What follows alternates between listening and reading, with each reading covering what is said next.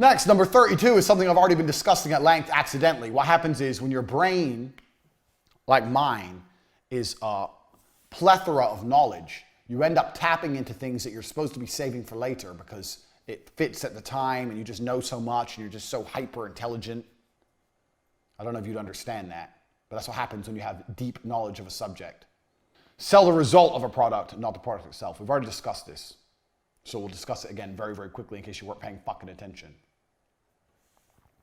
Ebook. Selling the product is, I have an ebook and I deliver it to you instantly and it has 8 pages and 5,400 words and it talks about girls. That's selling the ebook. Selling the result is you're going to understand women and you're going to have a better sex life for the rest of your life and you're going to have lots of women in your bed. Which of them is more interesting for $17? The result. Always sell the result.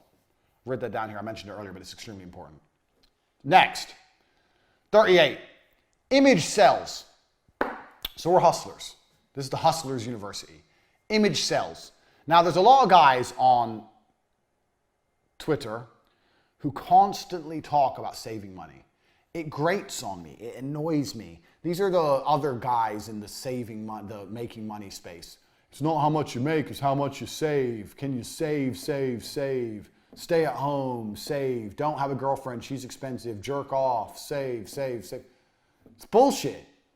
You need to have a nice image of yourself if you want to sell things. Buy the nice car, wear a nice suit. Find some money, make sure it's still coming in. Because buying the nice car, you say, oh, how does that equal money in? Well, it actually does because it's your reputation. You have to have a nice image of yourself to sell nearly anything nowadays. Drive a nice car if you can. Have nice clothes, look good, look presentable, go gym, have nice things. I'm not going to tell you not have nice things. A lot of people who say that are fucking liars. Tight losers, they're tight losers. They're living a tight person's life. Do you really want that life? Do you want to be selling $17 ebooks and sitting at home and not spending any money and saving it all? Go fucking squirrel. Or do you want to be like me with 8 supercars? Who knows more? Let me ask you another question.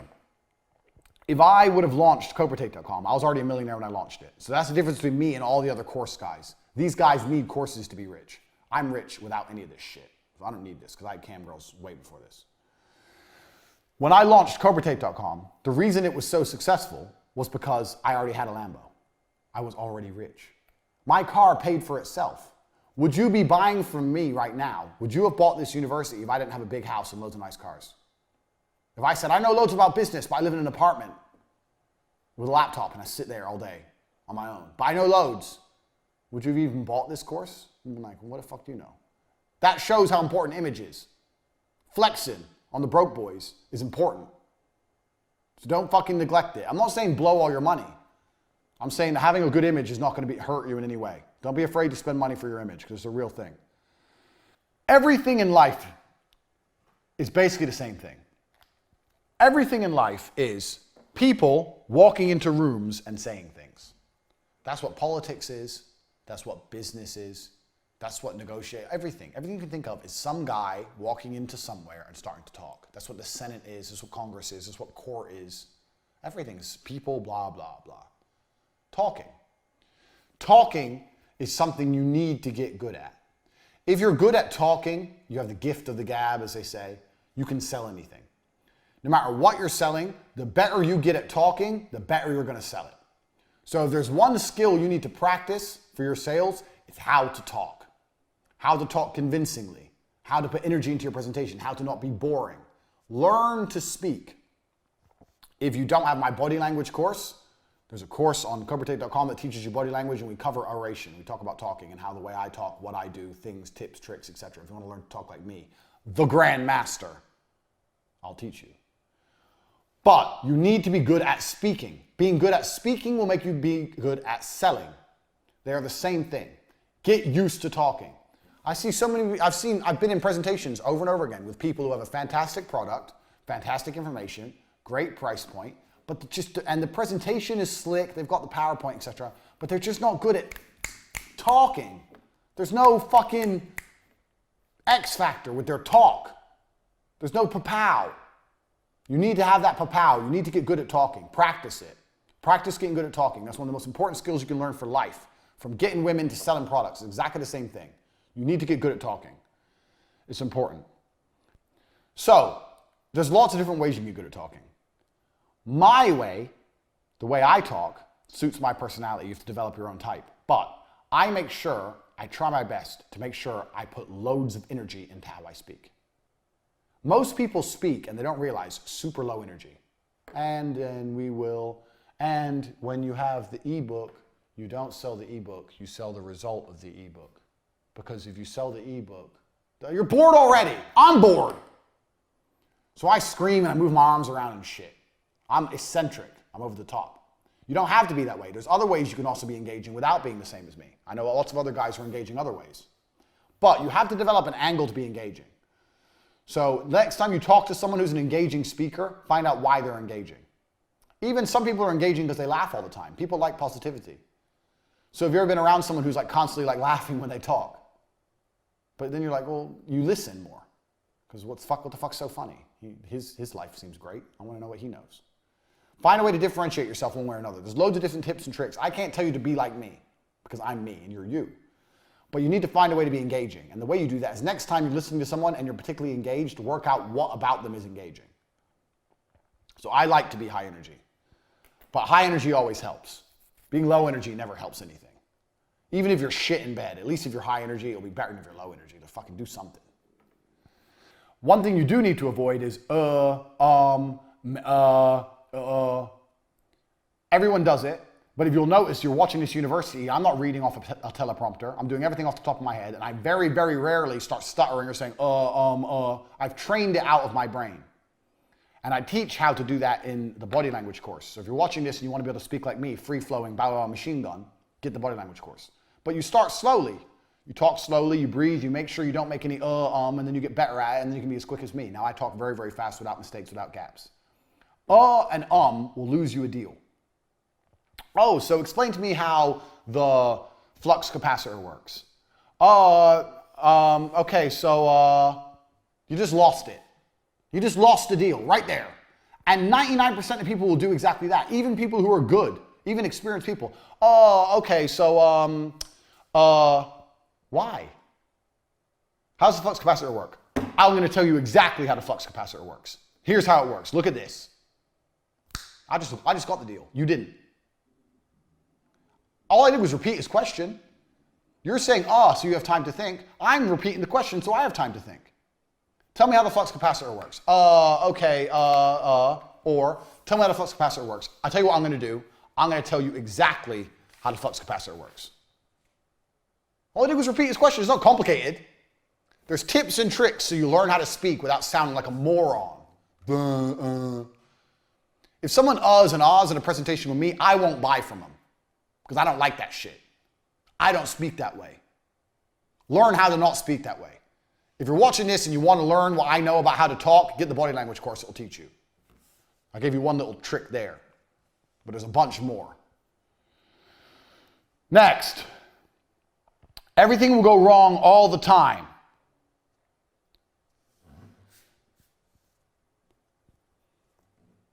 Everything will go wrong all the time.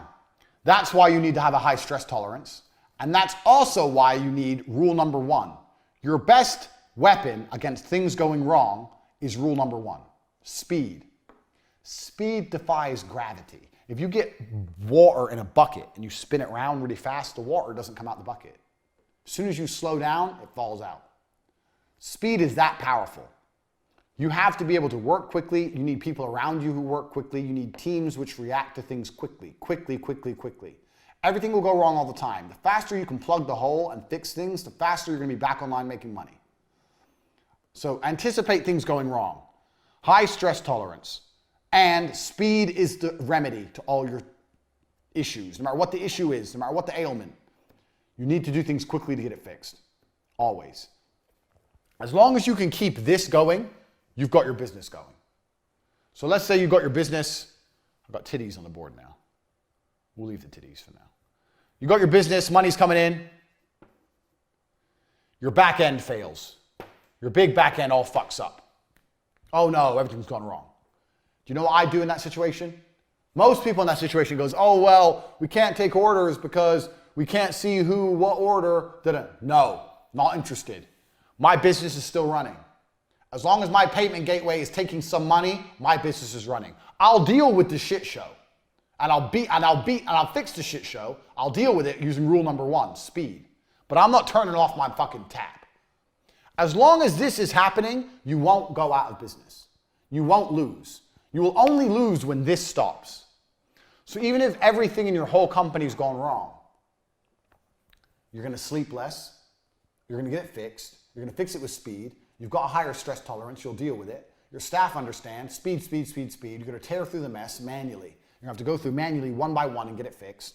But you're not going to stop your business running. This is your business. Never, ever, ever let this get fucked up, ever. If everything goes down, what's the first thing you fix? This is a test. Everything goes down. What's the first thing you get back online? How to take money. You don't care about anything else until this is online. There's nothing else without it.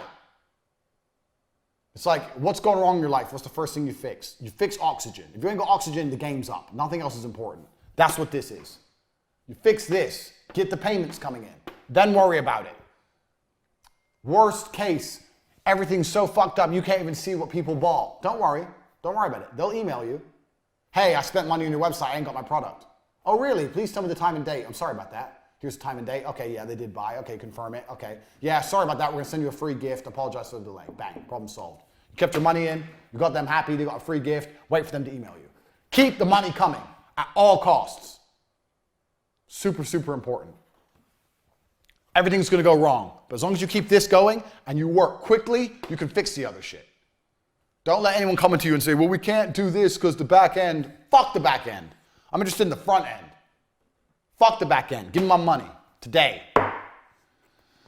Next, if you find, this is a staff tip, number 41. You can clear my board. No more tits. Sorry if you've been jerking off, enjoying my beautiful pornography, but she's got to go. Number 41. Everything I know about business from start to fucking finish. Every single business I run by these principles. Every single business I run by these principles. Literally, every single one of them. 41. If you can find a loyal person, find them a job. So most people approach recruitment like, I have a job I need to fill, let me find a person. I approach recruitment the other way around. I try my best to go through life as I interact with people. If I find a person who I believe would be a good fit for my leadership style, which is do whatever the fuck I say and do it quickly, then I'll find them work. You can always find more work. The work is never done. Work is a black hole. Even if it's just to sit on my Twitter account and retweet tweets all day. It's still work, it's still engagement, still attention, still advertising. If I find someone who fits my style and I believe they'd be a good worker and they're loyal to me and I know I'm going to be able to count on them, I'll find work for them. Don't turn down people you think will be good because you can't find work. If you're running a business and you can't think of work to do for an employee, then you shouldn't be running a business. It's very easy to find work. There's always something to do. There's always Twitter to tweet or blogs to write or go on Reddit and post forums and post bullshit with links to your product. There's always something to do.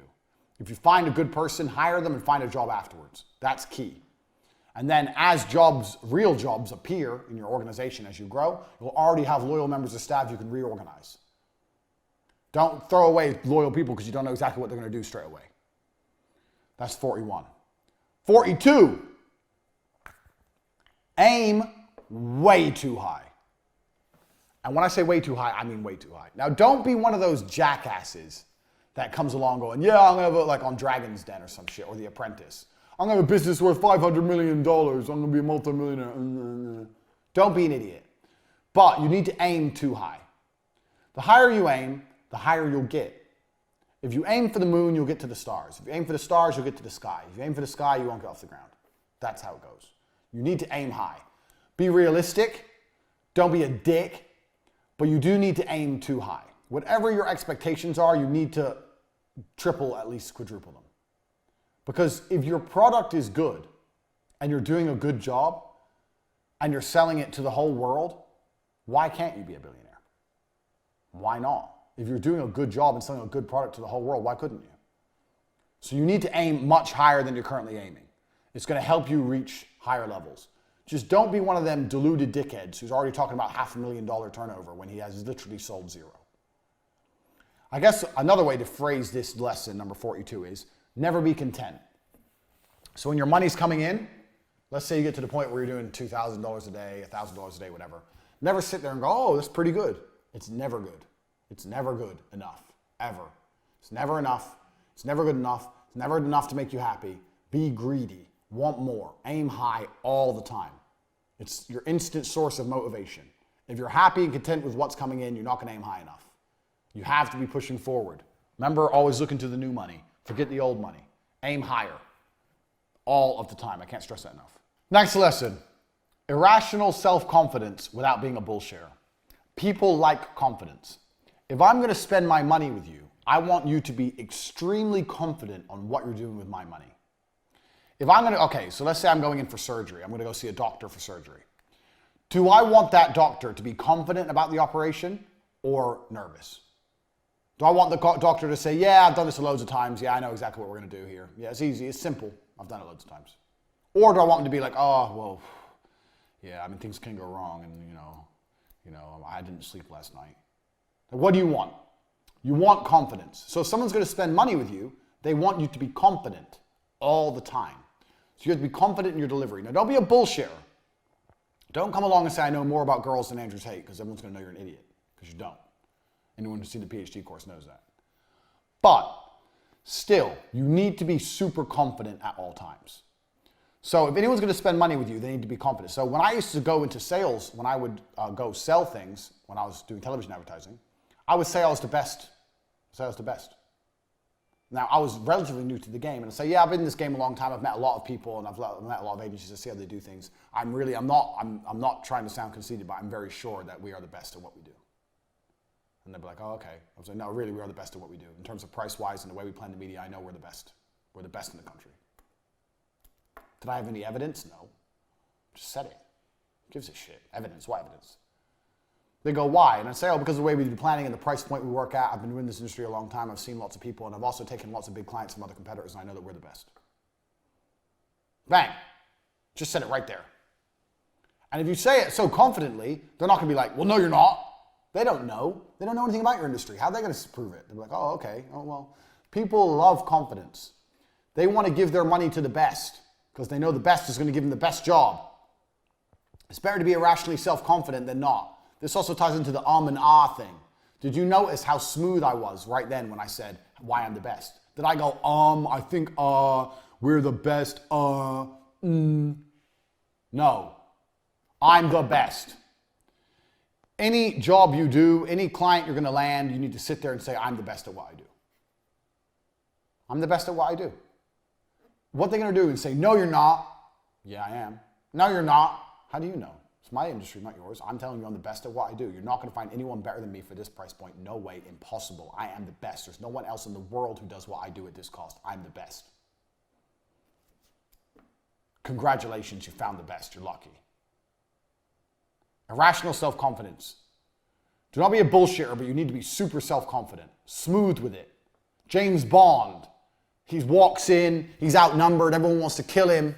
I'm the best. Doesn't matter. I'm me. I'm a G. That's how you have to be. Irrational self-confidence, super important. Lots of people don't have enough confidence when they're trying to sell. I don't know why. You're trying to sell something and you're all like, oh, well, maybe. Fucking maybe. Irrational self-confidence. Now, next point, 45. We're on 45. We're almost halfway. This is another thing that's going to change the way you view business and money. I want you to understand something. Money cannot be made. I don't even like the saying making money. We're making money. Nobody's making money. The Federal Reserve makes money. You're not the Federal Reserve. If you are the Federal Reserve and you bought my course, I'm very, very humbled, but I doubt it. You're not the Federal Reserve. You're an individual. We're not the Rothschilds. We're shit munchers, which means we cannot make money. All we can do is take money from other people. Money exists and we have to take it. Dan the crackhead said to me something once. When our TV business was doing deals and there was money all around, we had no profit, but there was money in the bank and we had new cars and this big fancy office, all this money. I said, how the fuck did this happen? This is crazy. I'm 20, I got this advertising agency. He said, money's like water, and water is always moving. So you have an ocean, and the sun evaporates the water, goes into a cloud, and the cloud moves, and then it rains, and then it goes in a river, and it goes to a pond, and then it evaporates again from the sun. Water never stays still. The cycle of precipitation. Some geography for you. And he said, money is like water, it's always moving, and if you stand in the right place at the right time, you're going to get wet. And that's absolutely true. So money cannot be made. It can only be taken from someone else. You stand in the right place at the right time, where money's moving, you're going to take it. 99% of people are middlemen. Most people are middlemen. Everyone's a middleman to some degree. Loads of companies exist out there that are just simply middlemen. All they do is there's something, this is a product, this person wants the product, they're in the middle, they make money. They supply the product. Done. And it really ain't that complicated. They're middlemen. So, money cannot be made, it can only be taken from other people. So every single penny that comes in your bank is not made, it's taken from someone else. Why are they going to give you their money? Why? That's a serious question. Get a piece of paper and write down. I have this, I'm selling to this person, they will give me their money because. And you should be able to name a bunch of reasons. And if you can't, you have a problem. Don't be thinking about making money. You're not making money. You are taking money. And because you are taking it, you have to convince it from others. That will change the way you approach your marketing, change the way you view money, change the way you approach your business. Because that's the reality of what's happening. You're not making shit. You're taking shit. It's very, very different. You're convincing it, prying it from them. Precipitation cycle for bonus. Next. Don't make anyone irreplaceable. This is a very simple one, but I've seen it happen time and time again. You're a guy, you're busy, you get an assistant, your assistant is exceptionally good, your assistant knows all the passwords and shit you don't know because you're busy and you're in a rush. You know the end of the story. Don't make anyone irreplaceable. I wrote this down because I've seen 2 people lose their companies because they lost either their top salesman or an assistant. So if your top salesman's floating your company, he's irreplaceable. You need to fix that quickly. So with T2, we had one salesman who was better than all the rest. His name was Gerdip, who was really, really good. And we didn't make him irreplaceable. And when he left, we really suffered. What I should have done is go to Gerdip and say, you know what, bro, you're really, really good. You're amazing, da, da, da, da. Do you mind on Fridays, if every Friday morning you give a speech or you teach the guys the pitch or what you're saying on the phone, and then you can have Friday afternoon off. I'll give you a day off a week, or I'll give you some extra money, or we'll go out for lunch, or I'll give you a company car, anything. If you can teach, if you don't mind, in fact, you probably would have done it for free because people like the ego thing, the promotion of telling others what to do. How about every Friday you can teach the guys and we can go through the script and they can learn from you? To make the others get up to par so he's less irreplaceable. Take what he knows. Never make anybody irreplaceable. If you see or identify someone as irreplaceable, or you look at your company and go, I couldn't survive without this person, then you're in trouble. You should always have a company and you should work with people and it should be fantastic, but you should know if any of them leave, you can find someone else at all times. Next,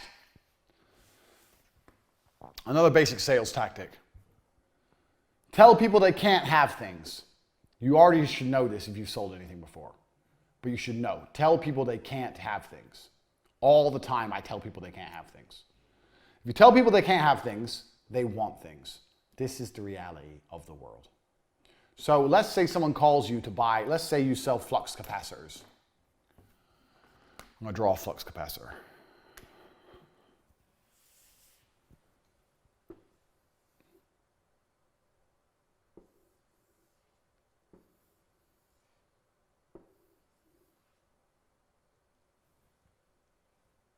Let's say you sell flux capacitors. And someone calls up and goes, I need 2 flux capacitors, please.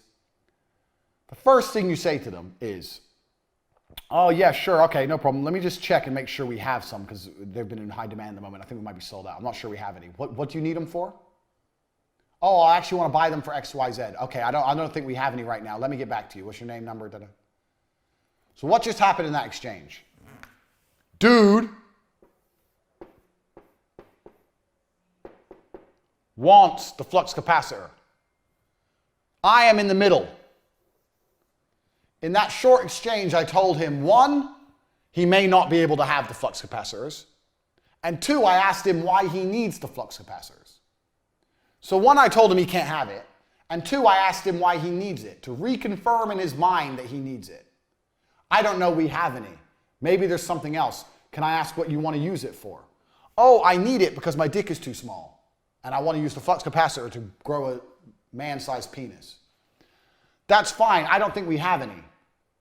So he's reconfirmed his need, and I've told him he can't have it. Takeaway. His desire for the flux capacitor is higher now than it was before.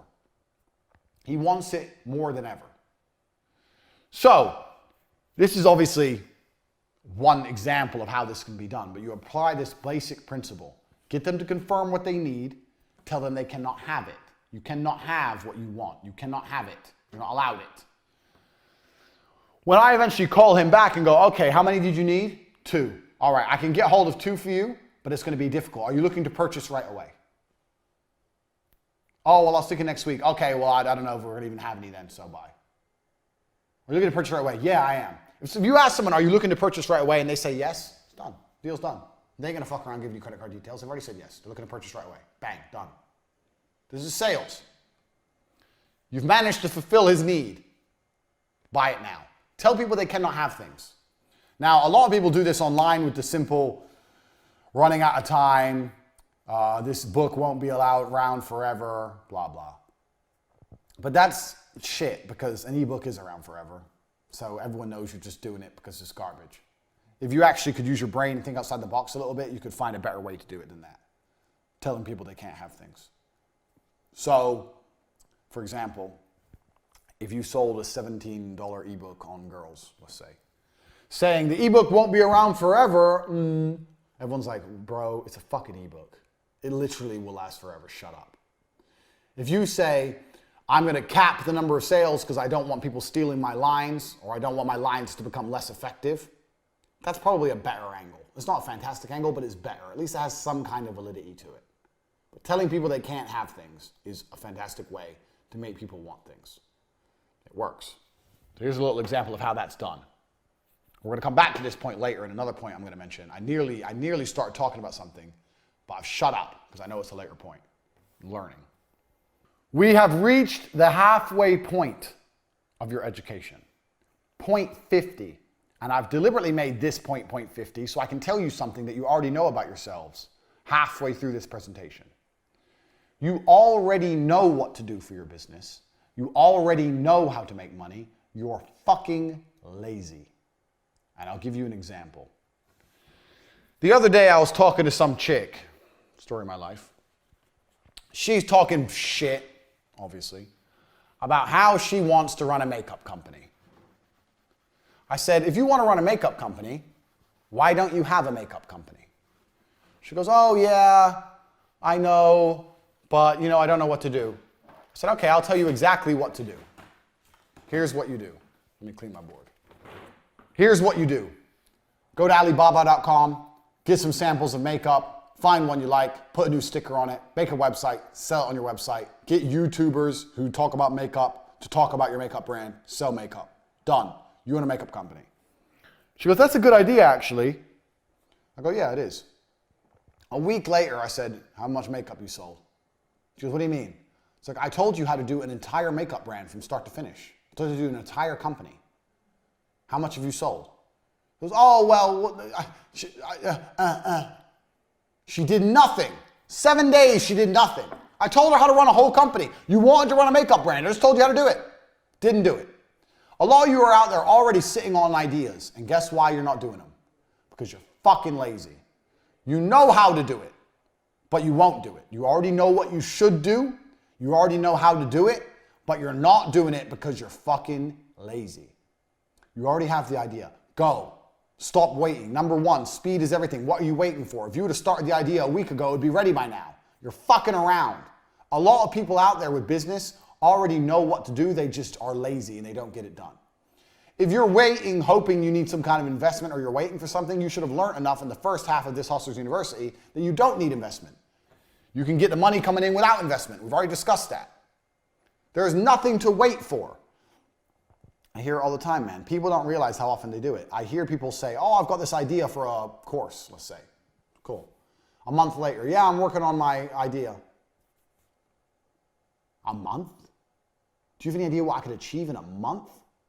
A fucking month? If I have an idea, it's ready same day. I had this idea. When did I have this idea for this? We're halfway through filming. We made the advert. We made the website. We start getting enrollment. I had this idea 34 hours ago, maybe. Like, fucking, let's get going. You know what to do. You're all slow and you're all lazy. That's the reality. That's point 50. You need to accept that about yourself and accept that if you really had the tenacity that you desire, if you really have the tenacity to get what you desire, if you're really like me, a go-getter, a warrior, you'd already be doing shit. Too much waiting, too much talking, not enough fucking action. I managed to get you here watching this program, and I got paid to do so, and I had this idea 32 hours ago when I was yelling at someone not to go to university. I move quick. That's why I'm rich and you're not. Miss Makeup Bimbo is what 99% of people are when it comes to business. They have an idea, and even if you tell them exactly how to do it, they don't do anything. They fucking sit around waiting for a makeup brand to fall out the sky and land on their face. Garbage.